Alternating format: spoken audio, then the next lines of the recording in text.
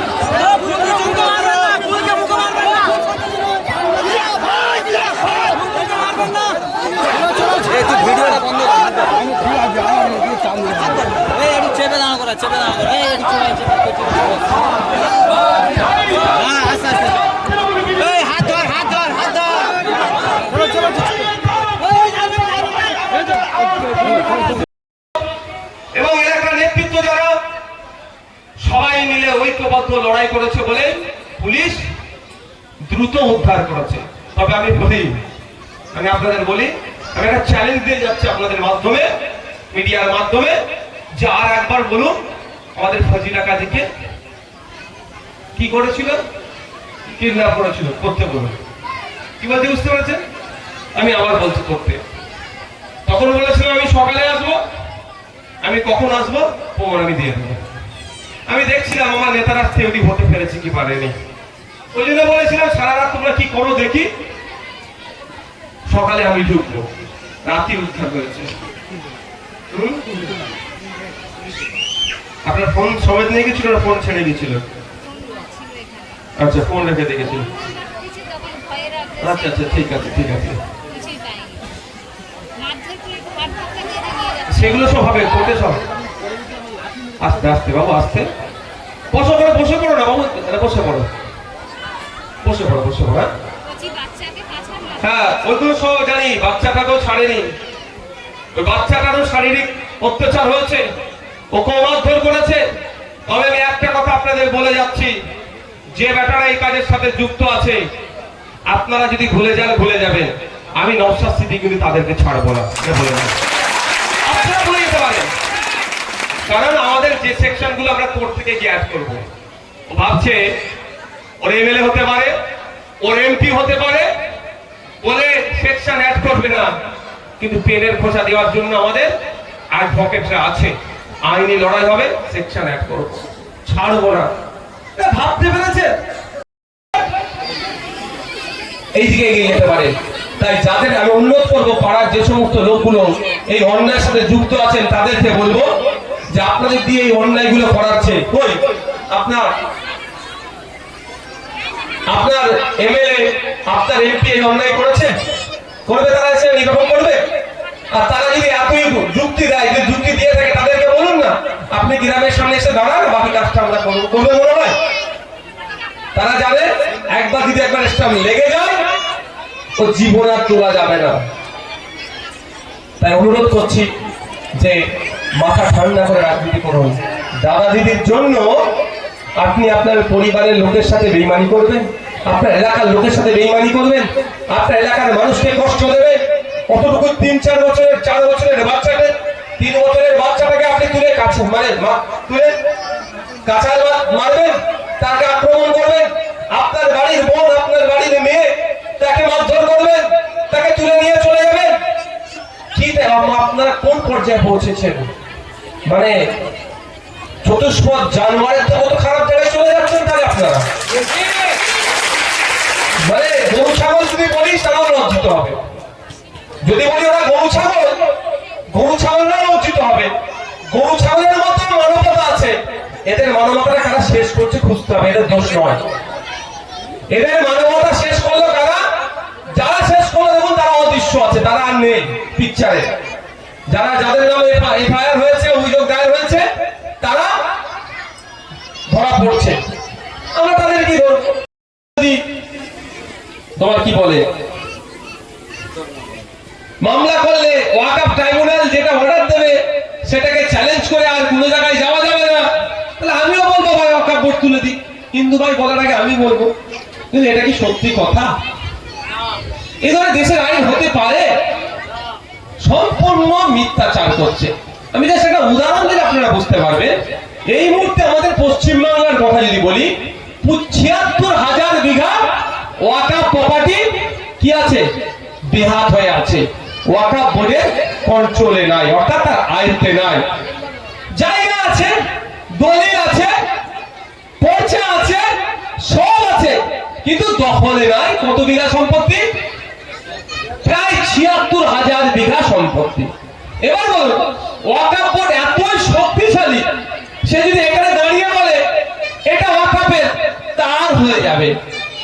আর এটা ছেড়ে ওই মাঠটার কথা আমি উদাহরণ দিয়ে বলছি, ওইটা ওয়াকফের মাঠ, জমিটা, ওটা উদ্ধার করতে পারছে না।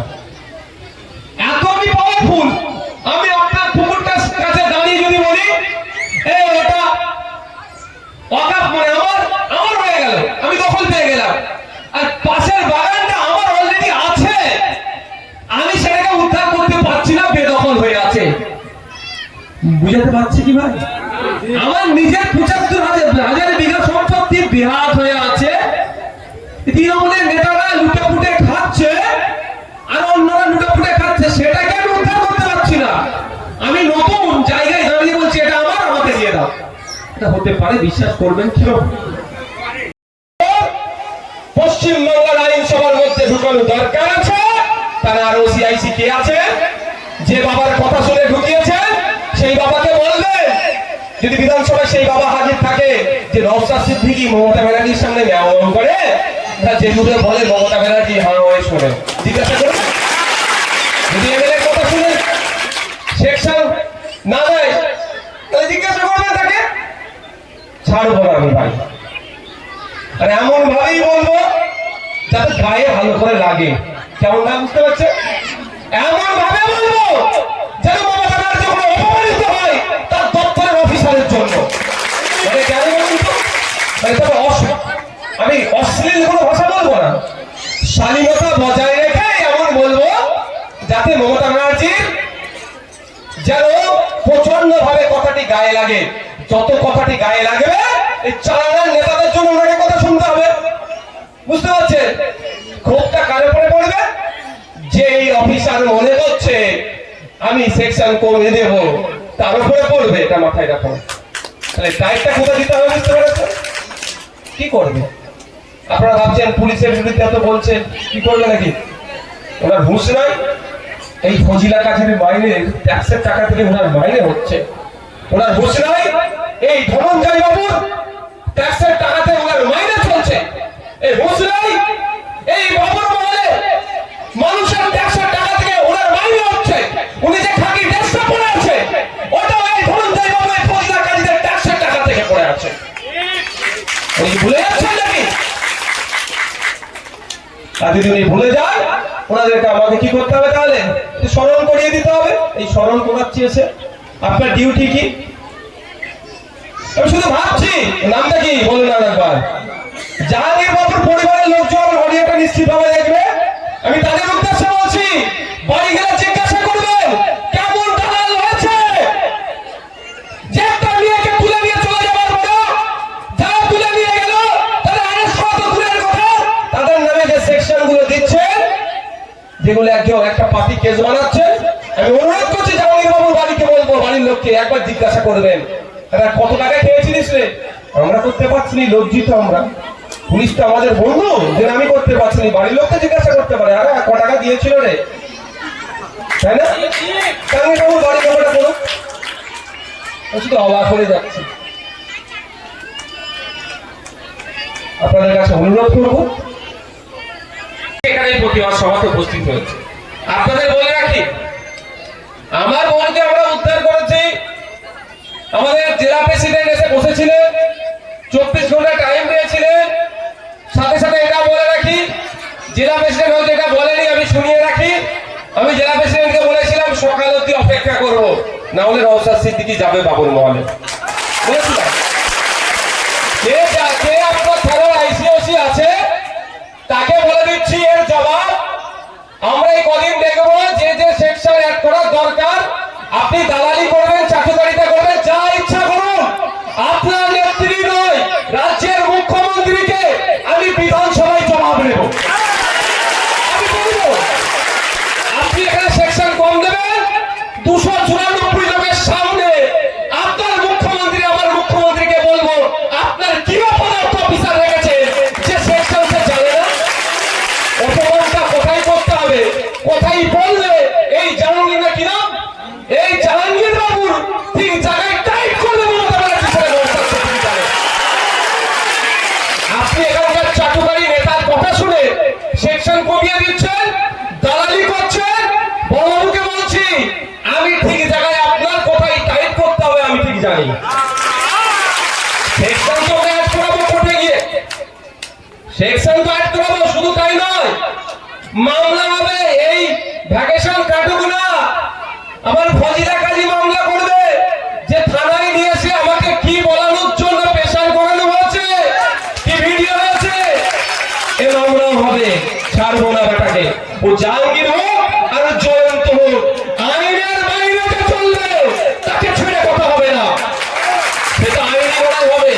কিন্তু উনি যাদের হয়ে দালালি করছেন তাদের নেত্রী দিয়ে একটু গ্রহের জ্ঞাপন দিতে হবে না ভাই? হ্যাঁ, কিভাবে হবে? ও এখানে ডিস্টার্ব করেছে, আমি বিধানসভায় যে মুখ্যমন্ত্রীকে ডিস্টার্ব করবো।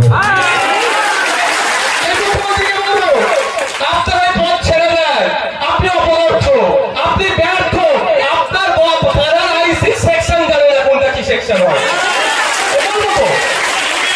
উনি তারপরে নিশ্চিতভাবে খবর নেবেন। আর ভালো করে জানেন বিধানসভার মধ্যে বিধানসভার বাইরে নওশাদ সিদ্দিকী যেটা বলে সব কথা বলে না। নওশাদ সিদ্দিকীর কথা যেটা বলে নিশ্চিত কিছু কারণ আছে। আমি এরকম ভাবে বলবো, 9 তারিখ থেকে অ্যাসেম্বলি শুরু হচ্ছে। জাহাঙ্গীর সাহেবকে বলছি কোন বাবা আছে বলবেন আমার কথাটাকে আটকাতে। আপনার কোন বাবার কথা শুনে ভুল সেকশন দিয়েছেন, জামিন যোগ্য সেকশন দিয়েছেন, একটা মহিলাকে বাড়ি থেকে তুলে নিয়ে যাচ্ছে, একটা শিশু সমেত তারপর টর্চার হচ্ছে। আপনি মনে করছেন কি পার পেয়ে যাবেন? আমি আপনাকে মনে করিয়ে দিতে চাই 2000 এবং সাথে সাথে যারা এই ধরনের অন্যায় করেছেন মাইকের আওয়াজ নিশ্চিতভাবে শুনতে পাচ্ছেন, তাদের বলে দিতে চাই 2019 সালের লোকসভা নির্বাচনে কংগ্রেসের একটা কর্মীকে এরা ফোন করেছিল, তৃণমূলের বেশ কিছু লোকেরা ভেবেছিল তৃণমূলের হয়ে ফোন করেছি পার পেয়ে যাব, কিন্তু আইনি লড়াইয়ে 5 জনের যাবজ্জীবন হয়েছে। এটা মাথায় রাখবেন। আইনের চক্করে বললে কোনো মমতা ব্যানার্জি, কোনো শুভেন্দু অধিকারী, কোনো বাবা বাঁচাতে পারবে না। আর আপনি আমার বাড়িতে এসে আমার বাড়ির মেয়েকে তুলে নিয়ে চলে যাবেন, আমি ভাবছেন চুপ করে থাকবো নাকি? সৌজন্যতার রাজনীতি করি বলে এসে কিছু বলিনি তখন, এটা মাথায় রাখবেন। সৌজন্যতার রাজনীতি করি বলে চুপ থাকি বলে দুর্বল ভাববেন না। ওরকম ওসিআইসি কে অনেক আমরা হাইকোর্টে ছুট কাটাচ্ছি। ভোলা থানার ওসি স্যারকে কি আইসি স্যার, ওটা ভোলা থানার আইসি স্যারকে জিজ্ঞাসা করবেন, ডেটের পর ডেট নিচ্ছে ঠিক কথা, 60 বছর কিন্তু ওই বাবুকে চাকরি করতে হবে। এখন কি করছে? খুব বেশি হলে কি করবে? ডেটের পরে ডেট নেবে, এর থেকে বেশি আর কিছু করতে পারবে না। কিন্তু গীতে রেখে দিয়েছি বড়শি দিয়ে। বিভিন্ন থানা ওসিআইসিদের জিজ্ঞাসা করবেন, হ্যাঁ যারা যে সমস্ত ওসিআইসিরা নিরপেক্ষতা বজায় রেখে কাজ করছে তাদেরকে আমরা 2 হাতে স্যালুট দিই। দুর্ভাগ্য আমাদের, এত বড় ঘটনা ঘটে গেল, ভাঙচুর করলো, এসে মার্ডার করে দিবা, আমাদের ধনঞ্জয় বাবুকে মার্ডার করে দিবার চক্রান্ত করেছিল। ভাগ্যক্রমে সৃষ্টিকর্তা তার আয়ু রেখেছিল বলে ইনি প্রাণে বেঁচেছেন। তারপরে এত বড় ঘটনা ঘটে গেল, কোনো ব্যবস্থা নেয়নি সেই মতো। ঠিক আছে, চাটুকারিতা করুন, এর জবাব আমি কোথা থেকে নিতে হবে এবং যে জায়গা থেকে নেব সেটা কি হবে? রেকর্ডেড হবে। এখানে বলছি কতজন শুনবে? আর রাজ্যের মুখ্যমন্ত্রীর কাছে আমি প্রশ্ন করবো ভাই, আমি ছাড়বো না, আমি ছাড়বো না। ফজিলা বোনের জন্য, এই দাদার জন্য আমি ছাড়বো না, ছাড়ার কোনো প্রশ্নই আসে না। আরো দু একজনের উপর আক্রমণ হয়েছে, বাড়ি ভাঙচুর হয়েছে, বাড়ি বন্ধ ভাঙচুর হয়েছে। এটা উত্তরপ্রদেশ নাকি? এটা অসম নাকি? এটা পশ্চিমবাংলা তো। এখানে একটা সংখ্যালঘু বাড়ির মহিলাকে রাত্রেবেলা তুলে নিয়ে চলে যাচ্ছে। একটা সংখ্যালঘু বাড়ির লোককে এসে মেরে মাথা ফাটিয়ে। সো আজকের ব্লগটা এই পর্যন্তই। কেমন হয়েছে ব্লগটা কমেন্ট করবেন। আর বিধায়ক নওশাদ সিদ্দিকীর ভিডিওটা কি ভালো লাগে? যদি ভালো লাগে তাহলে কমেন্ট করতে ভুলবেন না। আর এই ধরনের ভিডিও কে কে দেখতে চান সবাইকে বলছি কমেন্ট করো ভাই। দেখো এত সুন্দর সুন্দর ভিডিও আপনাদের জন্য নিয়ে আসি প্রতিদিন। বিধায়ক নওশাদ সিদ্দিকীর ভিডিও, যাকে দেখার জন্য হাজার হাজার লক্ষ লক্ষ মানুষ অপেক্ষা করে, সেই বিধায়কের ভিডিও দিচ্ছি, তারপরেও আপনারা কেউ ভালোভাবে কমেন্ট করছেন না। তো ভিডিওটা একটু শেয়ার করো। তো সবাইকে বলবো বিধায়ক নওশাদ সিদ্দিকীর ভিডিও নিশ্চয়ই আপনাদের ভালো লাগে, নাহলে এত মানুষ ভিডিও দেখে, এতটাও ভালো লাগে ভিডিওটা। আমি জানি ভিডিওটা ভালো হচ্ছে কিনা জানি না, তারপরেও যদি ভালো লাগে কমেন্ট করবেন আর বেশি করে শেয়ার করবেন। তো আজকে ব্লগটা এই পর্যন্তই, দেখাচ্ছে নেক্সট একটা ব্লগে। ততক্ষণ সবাই ভালো থাকুন, সুস্থ থাকুন, সবাইকে অসংখ্য ধন্যবাদ।